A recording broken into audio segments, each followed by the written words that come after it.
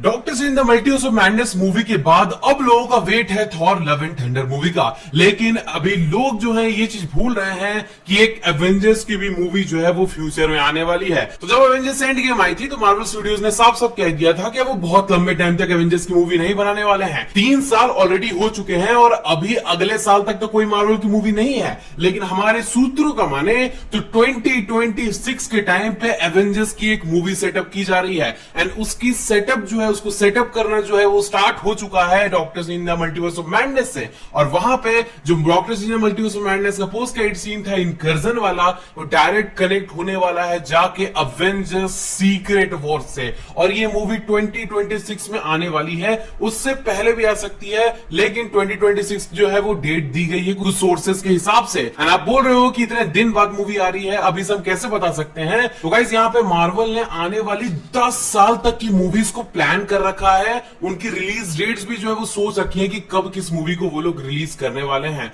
तो मार्वल के पास कंटेंट की कमी नहीं है। इस वजह से हमें हो सकता है कि मार्वल सीक्रेट वॉर्स या एवेंजर्स सीक्रेट वॉर्स जो है वो जल्दी ही देखने को मिल जाए। क्योंकि आप देख लो यहाँ पे मार्वल की जितनी भी टीवी शोज और मूवी 2019 के बाद रिलीज हुई हैं वो आपस में कनेक्टेड बिल्कुल भी नहीं है। उनकी स्टोरी जो है वो थोड़ी सोलो चलती है, सिर्फ जो है वो एक दूसरे जगह के रेफरेंसेस दिए जाते हैं। अभी तक सिर्फ शैंग-ची मूवी आई थिंक आई है जिसमें थोड़े ज्यादा रेफरेंस दिए गए थे कोई पोस्ट क्रेडिट सीन में। उसके अलावा कोई ऐसी मूवी नहीं है जिसमें इतना कुछ दिखाया गया था। एंड यहाँ पे अब मार्वल जो है इन सारी चीजों को कनेक्ट करने वाला है। मार्वल ने बहुत कुछ प्लान कर रखा है। मैंने बताया ना मार्वल के पास 10 साल तक की इनके पास जो है स्टोरीज हैं और मूवीज आने वाली हैं, सब प्लान कर रखा है इन्होंने। डॉक्टर स्ट्रेंज मूवी के अंदर में जो इनकर्जन का सीन दिखाया गया था उसके पोस्ट क्रेडिट सीन में, इनकर्जन का मतलब होता है 2 यूनिवर्सेस का आपस में टकराना। और ये चीज जो है वो होने वाली है एमसीयू की सीक्रेट वॉर्स की स्टोरी लाइन में। मैं इसको और अच्छे से एक्सप्लेन करता हूं। कॉमिक्स में भी सीक्रेट वॉर्स की स्टोरी लाइन थी जहां पे अलग अलग यूनिवर्सेस के कैरेक्टर्स जो है वो आपस में आके लड़ रहे थे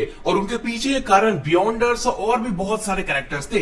लेकिन मार्वल जो है वो अपनी कॉमिक की स्टोरीज को फॉलो नहीं करता है, यानी कि मार्वल सिर्फ उनसे इंस्पिरेशन लेता है एंड इंस्पिरेशन लेने के बाद उन स्टोरीज को अपने तरीके से दिखाता है। तो यहाँ पे ना तो अभी तक बियॉन्डर्स, ना लिविंग टर्मिनल और भी बहुत सारे कैरेक्टर्स हैं जो कि अभी तक इंट्रोड्यूस नहीं हुए एमसीयू में ढंग से, सिर्फ रेफरेंस दिए गए हैं। और बियॉन्डर्स का तो नामो निशान भी नहीं है एमसीयू में। तो ये हो ही नहीं सकता कि बियॉन्डर्स की वजह से यहाँ पे सीक्रेट वॉर्स होगी। सीक्रेट वॉर्स होने वाली है एक बंदे की वजह से जिसका नाम है कैंग द कॉन्करर। क्योंकि लोकी की सीरीज में हमने ऑलरेडी देख रखा है कि किस तरह से ही हू रिमेन्स ने अपनी सीक्रेट टाइमलाइन क्रिएट की थी, यानी कि कैंग के यानी कि जो ही हू रिमेन्स था उसके अलग अलग वेरिएंट्स थे मल्टीवर्स में। और मल्टीवर्सल एक बहुत बड़ी वॉर हुई थी और उस मल्टीवर्सल वॉर के बाद जो है ये कैंग जीत चुका था, यानी कि ही हू रिमेन्स जीता था।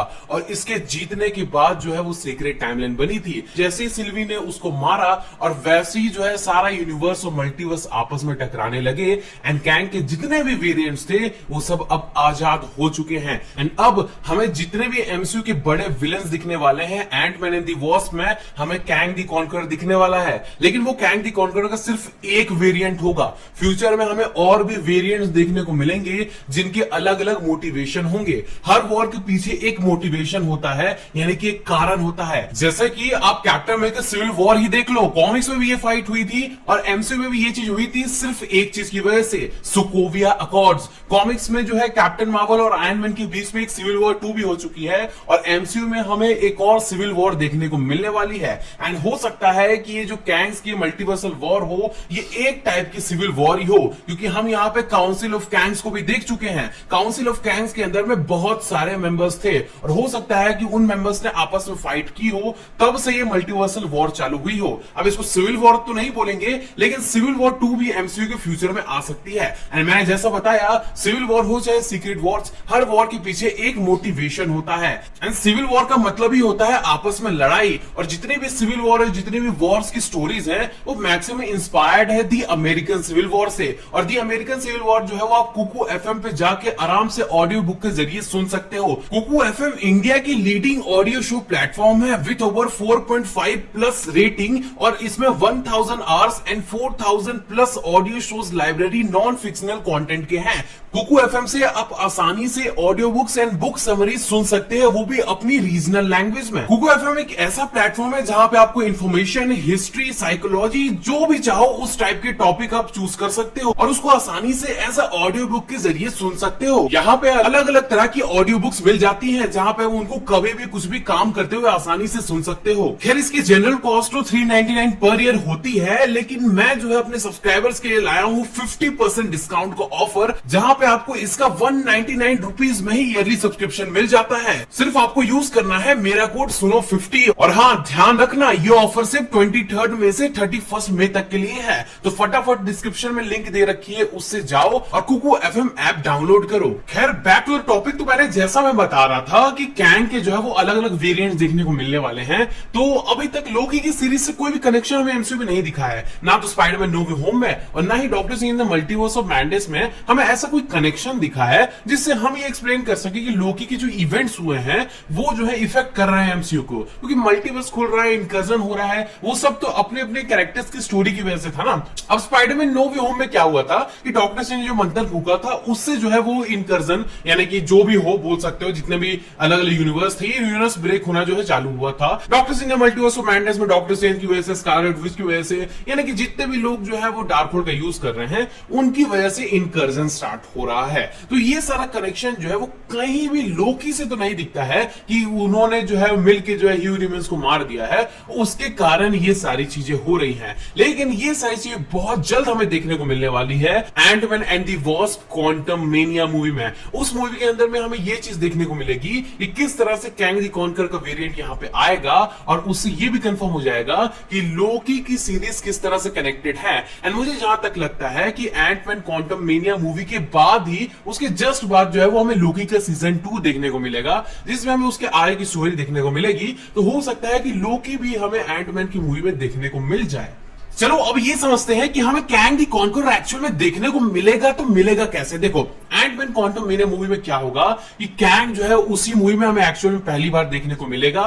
हो सकता है वो मर जाए, लेकिन मुझे जहां तक लगता है कि एक्चुअल में जो मार्वल की सीक्रेट वॉर्स की स्टोरी लाइन होने वाली है, उस स्टोरी लाइन के अंदर में हमें अलग अलग यूनिवर्सेस के बीच में फाइट देखने को मिलेगी, या फिर हम कहें तो अलग अलग यूनिवर्सेस के कैंग के बीच में फाइट देखने को मिलेगी। लेकिन उन सारे वेरिएंट्स में से एक होगा जो सबसे पावरफुल और सबसे बेटर होगा उनमें से, वो होगा नैथानियल रिचर्ड्स, यानी कि कैंग द कॉन्करर हमारे यूनिवर्स का, यानी कि कह सकते हैं रीड रिचर्ड्स का बेटा। रीड रिचर्ड्स का बेटा जो है वो फ्यूचर में पैदा होने वाला है। अभी एमसीयू में फैंटास्टिक फोर एग्जिस्ट नहीं करते हैं, इसलिए फैंटास्टिक फोर की मूवी पहले दिखाने वाले हैं, क्योंकि कैंग द कॉन्करर एक्चुअल में एक टाइम ट्रैवलर है। वो फ्यूचर से पास्ट में ट्रैवल करके आया हुआ है और फ्यूचर से पास्ट में आके जो है वो ये सारी नौटंकी कर रहा है। और कैंग जो है वो बहुत खतरनाक विलन इसी वजह से है क्योंकि वो हर जगह ट्रैवल कर चुका है। मतलब अगर वो अभी से 2000 साल भी ट्रैवल कर ले अपने टाइम से, तो उनकी टेक्नोलॉजी को समझ के उनको ही सिखा देगा फ्यूचर की टेक्नोलॉजी के बारे में।